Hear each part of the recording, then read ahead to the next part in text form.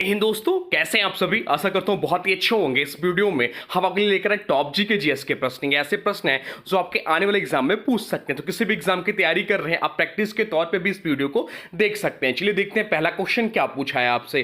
पहला क्वेश्चन पूछा है, रानी का वाव का चित्र कितने रुपए के नोट पर छापा है। आपसे पूछा है कि रानी के वाव का चित्र जो है कितने रुपए के नोट पर छपा हुआ है, यह आपसे पूछा है। चलिए बता दीजिए राइट आंसर क्या हो जाएगा। राइट आंसर जिसके किसी भी क्वेश्चन का राइट आंसर पता है तो राइट आंसर कमेंट बॉक्स में लिख दिया करिए। बताइए इसका राइट आंसर क्या हो जाएगा। तो इसका जो राइट आंसर हो जाएगा वो हो जाएगा ऑप्शन बी, 100 रुपए के नोट पर छपा हुआ है। ऑप्शन बी इस प्रश्न का राइट आंसर हो जाएगा। रानी की वाव का चित्र भारत सरकार द्वारा जारी किए गए नए 100 रुपए के नोट पर पिछले हिस्से पर छापा गया है। कि रानी का वाव की बात करें तो यह एक भव्य सीढ़ीदार कुआं है जो गुजरात के पाटण जिले में स्थित है। इसका निर्माण 11वीं शताब्दी में रानी उदयमती ने अपने पति भीमदेव प्रथम की स्मृति में करवाया गया। यह यूनेस्को विश्व धरोहर स्थल भी है घोषित 2014 में। बाकी ऑप्शन में 2000 तो 2000 के नोट पर मंगलयान का चित्र छपा है। 200 रुपए की बात करें तो 200 रुपए के नोट पर सांची का स्तूप चित्र है और 50 रुपए के नोट पर इस पर हम्पी का रथ जो कि कर्नाटक में है दर्शाया गया है। अब चलते हैं अगले प्रश्न की ओर, देखते हैं अगला प्रश्न क्या पूछा है आपसे। अगला प्रश्न पूछा, रॉबर्ट क्लाइव को भारत में किस युद्ध के लिए जाना जाता है। आपसे पूछा है कि रॉबर्ट क्लाइव को भारत में किस युद्ध के लिए जाना जाता है, ये आपसे पूछा है। चलिए बताइए राइट आंसर क्या हो जाएगा। तो राइट आंसर जो हो जाएगा वो हो जाएगा ऑप्शन ए, प्लासी का युद्ध इस प्रश्न का राइट आंसर हो जाएगा।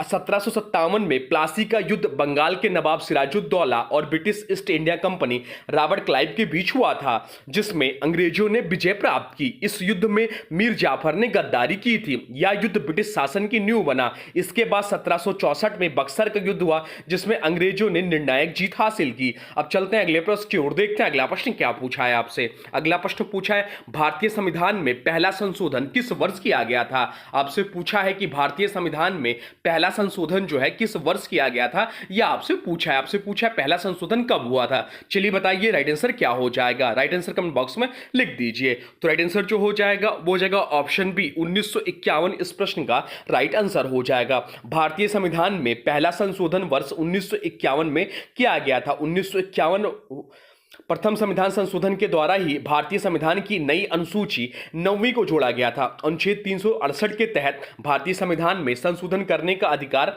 संसद को प्रदान किया गया है। अब चलते हैं अगले प्रश्न की ओर, देखते हैं अगला प्रश्न क्या पूछा है आपसे। अगला प्रश्न पूछा है, शिव समुद्रम जलप्रपात किस नदी पर स्थित है। आपसे पूछा है कि शिव समुद्रम जलप्रपात जो है किस नदी पर स्थित है, यह आपसे पूछा है। चलिए बताइए राइट आंसर क्या हो जाएगा। तो राइट आंसर जो हो जाएगा वो हो जाएगा ऑप्शन सी, कावेरी नदी पर है शिव समुद्रम जलप्रपात। शिव समुद्रम जलप्रपात कर्नाटक में कावेरी नदी पर स्थित है और यह भारत के सबसे बड़े जलप्रपातों में से एक है। पर ध्यान रखिएगा, भारत का सबसे ऊंचा जलप्रपात जो है कुंचिकल जलप्रपात है, आंध्र प्रदेश में। यह भी पॉइंट ध्यान रखिएगा। इन्हें दो भागों में विभाजित किया गया है, गगनचुक्की और भरचुक्की। या भारत का पहला जल विद्युत संयंत्र 1902 में स्थापित किया गया था। अब चलते हैं अगले प्रश्न की ओर, देखते हैं अगला प्रश्न क्या पूछा है आपसे। अगला प्रश्न पूछा, एवरेस्ट पर्वत का तिब्बती नाम क्या है। आपसे पूछा है कि एवरेस्ट पर्वत का तिब्बती नाम क्या है। चलिए बताइए राइट आंसर कमेंट बॉक्स में लिख दीजिए। तो राइट आंसर जो हो जाएगा वो हो जाएगा ऑप्शन बी, चोमोलुंगमा इस प्रश्न का राइट आंसर हो जाएगा। तिब्बती भाषा में माउंट एवरेस्ट को चोमोलुंगमा कहा जाता है, जिसका है पृथ्वी की मां देवी। इसकी ऊंचाई 8,849 मीटर है। नेपाल में इसे सागरमाथा के नाम से जाना जाता है, यह भी ध्यान रखिएगा। और पहली बार 1953 में एडमंड हिलेरी और तेन सिंह नॉर्गे ने इस पर फतह किया था। अब चलते हैं अगले प्रश्न की ओर, देखते हैं अगला प्रश्न क्या पूछा है आपसे। अगला प्रश्न पूछा, भारत का सबसे लंबा रेलवे प्लेटफॉर्म कौन सा है। आपसे पूछा है कि भारत का सबसे लंबा रेलवे प्लेटफॉर्म कौन सा है। चलिए बताइए राइट आंसर क्या हो जाएगा। बहुत लोग अभी इस क्वेश्चन को गलत कर रहे हैं। अभी पोल भी कराया था, उसमें से लगभग 60% लोगों ने इस क्वेश्चन का राइट आंसर गलत आंसर दिया था। बताइए इसका राइट आंसर क्या हो जाएगा। तो इसका जो राइट आंसर हो जाएगा वो हो जाएगा ऑप्शन डी, हुबली इस प्रश्न का राइट आंसर हो जाएगा। 2023 में कर्नाटक के हुबली रेलवे स्टेशन को भारत का सबसे लंबा प्लेटफॉर्म घोषित किया गया, जिसकी इसकी लंबाई 1507 मीटर है। इससे पहले गोरखपुर था जिसकी लंबाई 1366 मीटर है। यह भारत का सबसे लंबा प्लेटफॉर्म था पहले। अब जो हो गया वो हुबली रेलवे स्टेशन हो गया है। अब चलते हैं अगले प्रश्न की ओर, देखते हैं अगला प्रश्न क्या पूछा है आपसे। अगला प्रश्न पूछा है जिम कॉर्बेट राष्ट्रीय उद्यान का पुराना नाम क्या था। आपसे पूछा है कि जिम कॉर्बेट राष्ट्रीय उद्यान का पुराना नाम क्या था, यह आपसे पूछा है। चलिए बताइए राइट आंसर क्या हो जाएगा। तो राइट आंसर जो हो जाएगा वो हो जाएगा option B, Hailey national park इस प्रश्न का राइट आंसर हो जाएगा। ऑप्शन बी इस प्रश्न का राइट आंसर हो जाएगा। 1936 में इसे हैली नेशनल पार्क नाम से स्थापित किया गया था, लेकिन बाद में 1957 में इसका नाम जिम कॉर्बेट के नाम पर रखा गया। यह भारत का पहला राष्ट्रीय उद्यान है, यह उत्तराखंड में स्थित है और यह बाघों के संरक्षण के लिए प्रसिद्ध है। चलते हैं अगले प्रश्न की ओर, देखते हैं अगला प्रश्न क्या पूछा है आपसे। अगला प्रश्न पूछा है भारतीय संविधान के निर्माण में किस देश के संविधान से राष्ट्रपति प्रणाली अपनाई गई है। आपसे पूछा है कि भारतीय संविधान के निर्माण में किस देश के संविधान से राष्ट्रपति प्रणाली अपनाई गई है, यह आपसे पूछा है। चलिए राइट आंसर कमेंट बॉक्स में लिख दीजिए। तो राइट आंसर जो हो जाएगा वो हो जाएगा ऑप्शन ए, अमेरिका इस प्रश्न का राइट आंसर हो जाएगा। भारतीय संविधान में राष्ट्रपति प्रणाली जो है को अमेरिका के संविधान से लिया गया है। मूल अधिकार भी अमेरिकी संविधान से लिए गए हैं। ब्रिटेन से संसदीय प्रणाली, फ्रांस से गणतंत्र की अवधारणा अपनाई गई है। संविधान सभा के अध्यक्ष कौन रहे हैं, तो संविधान सभा के जो अध्यक्ष थे वो डॉक्टर राजेंद्र प्रसाद थे। चलते हैं अगले प्रश्न की ओर, देखते हैं अगला प्रश्न क्या पूछा है आपसे। अगला प्रश्न पूछा है टिहरी बांध किस नदी पर बना है। आपसे पूछा है कि टिहरी बांध जो है किस नदी पर बना हुआ है, यह आपसे पूछा है। चलिए बताइए राइट आंसर क्या हो जाएगा। तो राइट आंसर जो हो जाएगा वो जाएगा ऑप्शन सी, भगीरथी नदी पर बना हुआ है टिहरी बांध। ऑप्शन सी इस प्रश्न का राइट आंसर हो जाएगा। टिहरी बांध उत्तराखंड में भगीरथी नदी पर बना है और यह भारत का सबसे ऊंचा तथा विश्व का एक प्रमुख बांध है। इसलिए यह इंपॉर्टेंट हो जाता है क्योंकि भारत का सबसे ऊंचा यह बांध है टिहरी बांध, जो कि उत्तराखंड में भगीरथी नदी पर बना है। इसकी ऊंचाई 260.5 मीटर है। यह जल विद्युत उत्पादन, सिंचाई और बाढ़ नियंत्रण के लिए उपयोगी है। इसे THDC इंडिया लिमिटेड ने बनाया था। अब चलते हैं अगले प्रश्न की ओर, देखते हैं अगला प्रश्न क्या पूछा है आपसे। अगला प्रश्न पूछा है रक्षा अनुसंधान एवं विकास संगठन DRDO के नए अध्यक्ष कौन बने हैं, यह आपसे पूछा है। आपसे पूछा है कि रक्षा अनुसंधान एवं विकास संगठन DRDO के नए अध्यक्ष कौन बने, यह आपसे पूछा है। चलिए बताइए राइट आंसर क्या हो जाएगा। तो राइट आंसर जो हो जाएगा वो हो जाएगा option A, Sameer B Kamat DRDO के अध्यक्ष हैं। राइट आंसर हो जाएगा option A, Sameer B Kamat. बाकी बात क्यों रही DRDO की, तो इसका फुल फॉर्म होता है defence research and development organisation, जिसे हिंदी में बोलते हैं रक्षा अनुसंधान एवं विकास संगठन। इसकी स्थापना हुई थी 1958 में। इसका मुख्यालय नई दिल्ली में। अध्यक्ष हो जाते समीर बी कामत। ध्यान रखिएगा, इससे एग्जाम में क्वेश्चन पूछते हैं। अब चलते हैं अगले प्रश्न की ओर, देखते हैं अगला प्रश्न क्या पूछा है आपसे। अगला प्रश्न पूछा है ओजोन परत संरक्षण के लिए अंतरराष्ट्रीय संधि कौन सी है। आपसे पूछा है कि ओजोन परत संरक्षण के लिए अंतरराष्ट्रीय संधि कौन सी है, यह आपसे पूछा। चलिए बताइए राइट आंसर क्या हो जाएगा। राइट आंसर कमेंट बॉक्स में लिख दीजिए। तो राइट आंसर जो हो जाएगा वो हो जाएगा ऑप्शन बी,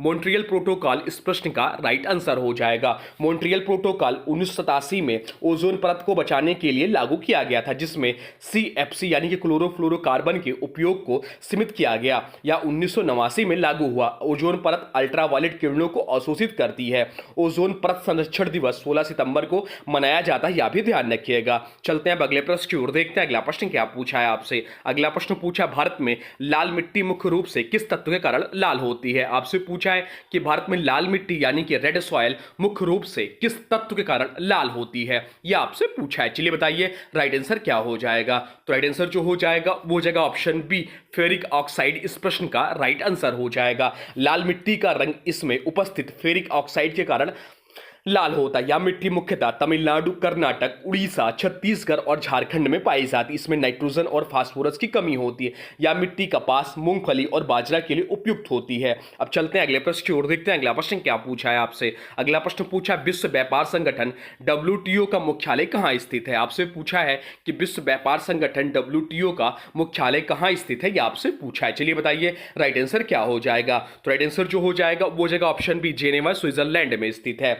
विश्व व्यापार संगठन WTO वर्ल्ड ट्रेड ऑर्गेनाइजेशन का मुख्यालय जेनेवा स्विट्जरलैंड में स्थित है। यह 1995 में स्थापित हुआ था। इसका मुख्य उद्देश्य वैश्विक व्यापार को सुगम बनाना था।